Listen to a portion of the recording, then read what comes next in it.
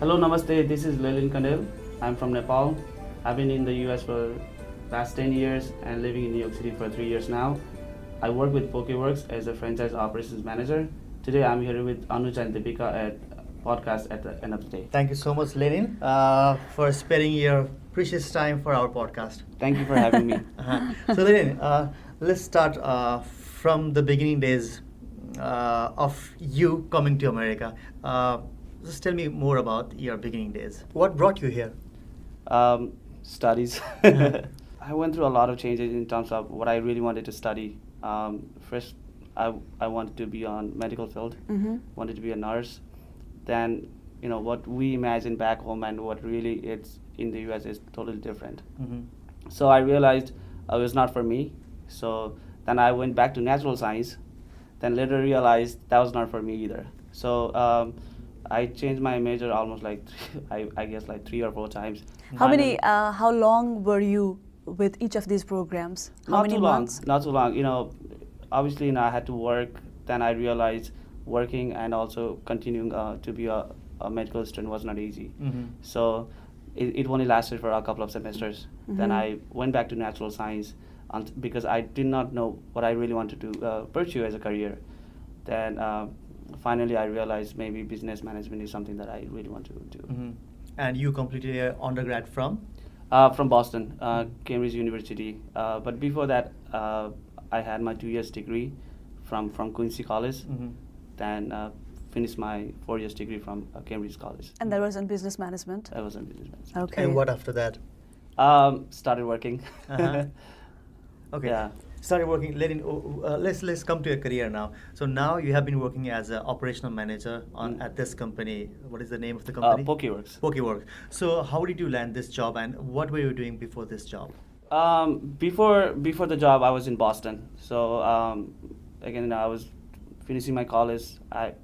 I've been in restaurant industry since I came to US. So for almost 10 years now. So what do you mean when you say you've been in restaurant industry? What were you doing in restaurant? I've done everything. So when I first started, I was a busboy, then a server. I worked in the kitchen. I worked as a bartender for a couple of weeks, if that counts.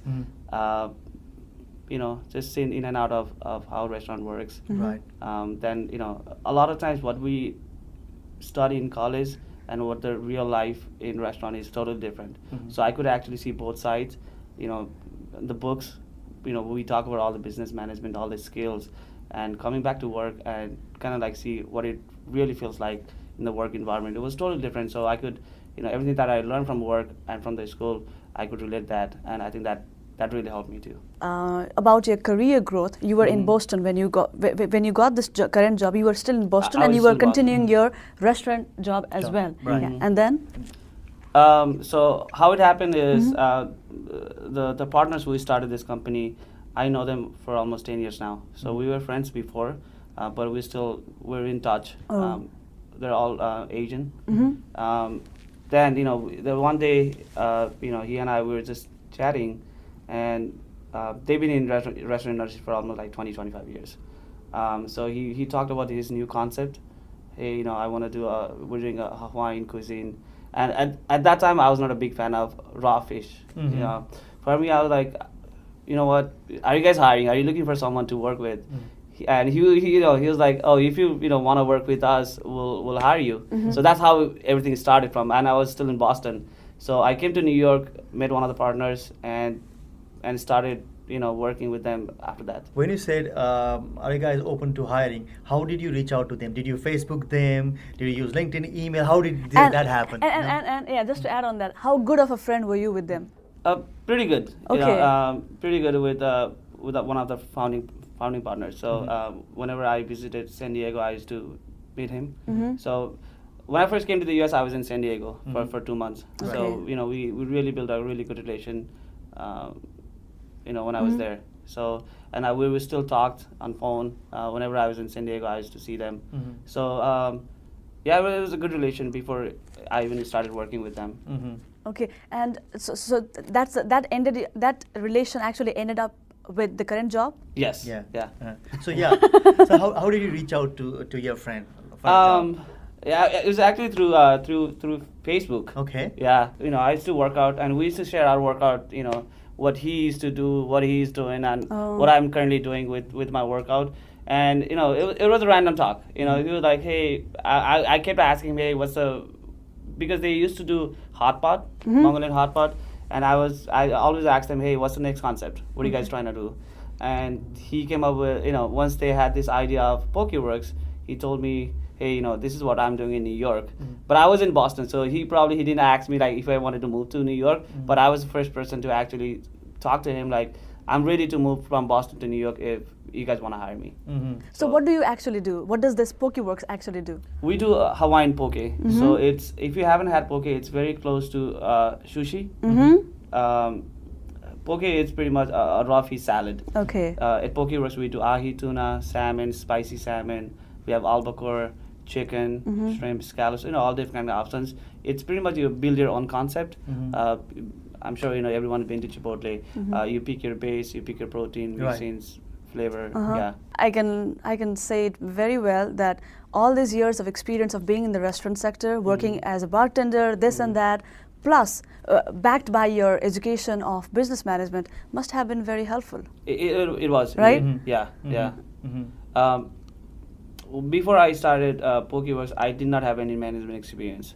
But the partners, they really trusted me. They thought that if I'm the someone who can beat cancer, go through all the struggles and do all these things, they thought that I can do a management too. So they had trusted me, and obviously with all these 7 years of experience of working in restaurants and with my studies, that really helped too. Lelin, you mentioned being a cancer patient once.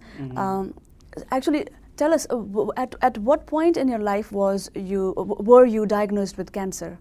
So it was 2010 when I fell sick. The whole diagnosis, it took a while. It was almost like a year and a half. Okay. Firstly, they thought I had tuberculosis, so I went through the treatment. Later, they had to do multiple scans, and at one point they felt like my lungs were not improving. Then they had to do a bigger biopsy. Oh. Okay. Then they found out it was Hodgkin's lymphoma. Right. And how did you overcome with this trauma? It was tough. It was tough being away from family, but I was very lucky enough to have a great support in Boston with all my friends and family members. So, but being away from your own parents, that was tough, and I couldn't even tell them that, hey, I'm going through all this. So that was tough phase. How long was the treatment process? 6 months of chemo, but 5 years of follow-ups. What did cancer teach you? Actually, a lot. What I am today, I think a lot of that actually came from the struggles that I went through cancer treatment. I see life a much different way. I'm not the same person, who I was when I was 21, 22. I used to go out, have fun, party. I still do that, but now I kind of like a balance of what I really want to achieve in my life, and a balance of work and also fun. Right. And I try to help other people as much as I can, which I didn't do much when I was 21, 22, obviously. But it made me a better person in terms of what I can give back to my society, what I can do for my friends, my family, being more positive, being more strong. A lot. We all face through hard times. It's not just me or you. Everyone has some kind of problem, but it's really us who can beat those problems. So that gave me a lot of positivity. You had your health complication, and other than that, you had to follow your career in this new country as well. So I'm just trying to figure out, how did you inspire yourself in both cases? When I was going through cancer treatment, for me at that point, my goal was not career. At that time my goal was to really beat cancer. Okay. And after that, again, at that time I didn't focus much on my studies. I didn't know what I was trying to do. At that point, my main focus was to beat the cancer. Once that happened, then I set myself another goal. Okay, after I finished my cancer, I still had to finish my bachelor's degree. So I went through all the treatment after my 2 years degree. So I knew that for me to stay in this country, to do better, to have a better future, I need to at least have a 4 years degree or a master's degree. So after I finished my treatment, my next step was, okay, now I have to go back to the college, get my 4 years degree. So that was my goal. Once I got it, it gave me a lot of hope. Then I started pursuing, okay, now I have my bachelor's degree, I feel better, I feel healthy. Now I have to pursue a goal, and luckily Pokéworks happened, and here I am. How old are you? Can we ask that? I'll be 29 next month. Okay, that's pretty young age, It's right? pretty young, yeah. So I want to know, as a 29-year-old young guy with so much of spirit and positivity, what is your next plan? Just keep continuing with Pokéworks. Do better, in life. Give as much as I can to back to my society, because when I was going through such a hardship, everyone helped me, and now I'll be blessed if I can give something back to where I came from. Right. And if you had to give an advice to a 21-year-old who have just come to America, what would that be? Take your time, first of all. A lot of times, even for me, when I first came here, I always looked at people, who've been in the U.S. for, 7 years or 8 years, and I see them having a good job, and I was like, oh, why not me? But it's not about, we never see how much hard work they have done to be there. Yeah. So don't rush. Know what you want to do. It's never too late. Again, the whole point. I changed my major almost like 4 times, 5 times until I really figure out this is what I wanted to do. So be positive. We all go through so much hardship, but it's only you who can make change in your life. Nobody else can do that. Yeah, at the end of the day, it's only you It's who can only make you. changes. Yeah. Nobody knows you Better than you. Yeah. Yeah, true. Thank you so much, Lelin, for this wonderful, interview, and we wish you all the best in your future career. Thank you for having me. And, I think you guys are doing amazing job with getting all these people from different backgrounds. And I watched your podcast. I've been myself motivated from a lot of the talk shows that you guys have done. Oh, So thank you. And if there's anybody who wants to reach out to you for any career advice, are you comfortable giving your email address? Yeah, absolutely. Lelin K. It's LELIN. @pokeworks.com. And if you are emailing Lelin, make sure you write at the end of the day in the subject title so that Lelin knows where these emails are coming from. Okay, so it's time to say bye-bye. Before we say bye-bye, we would like to thank Arnik Andrew Rome New Immigrant Center for providing us this space. If you are new immigrant in the US and you would like to develop your English language skill and be familiar with professional skills in the US job market, please contact Arnik because they provide free English language classes and professional classes to the newly arriving immigrants and refugees in the US. So keep listening to our podcast, keep following to our podcast. And do subscribe to our channel. Yes, and we will see you next week. Bye-bye.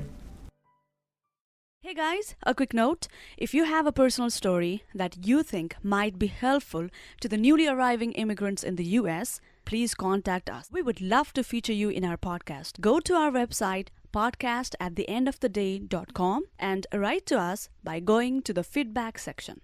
And by the way, if you love this podcast, you can support us with a small donation. Your help will enable us to continue producing more episodes. The link to support our podcast is in the description below.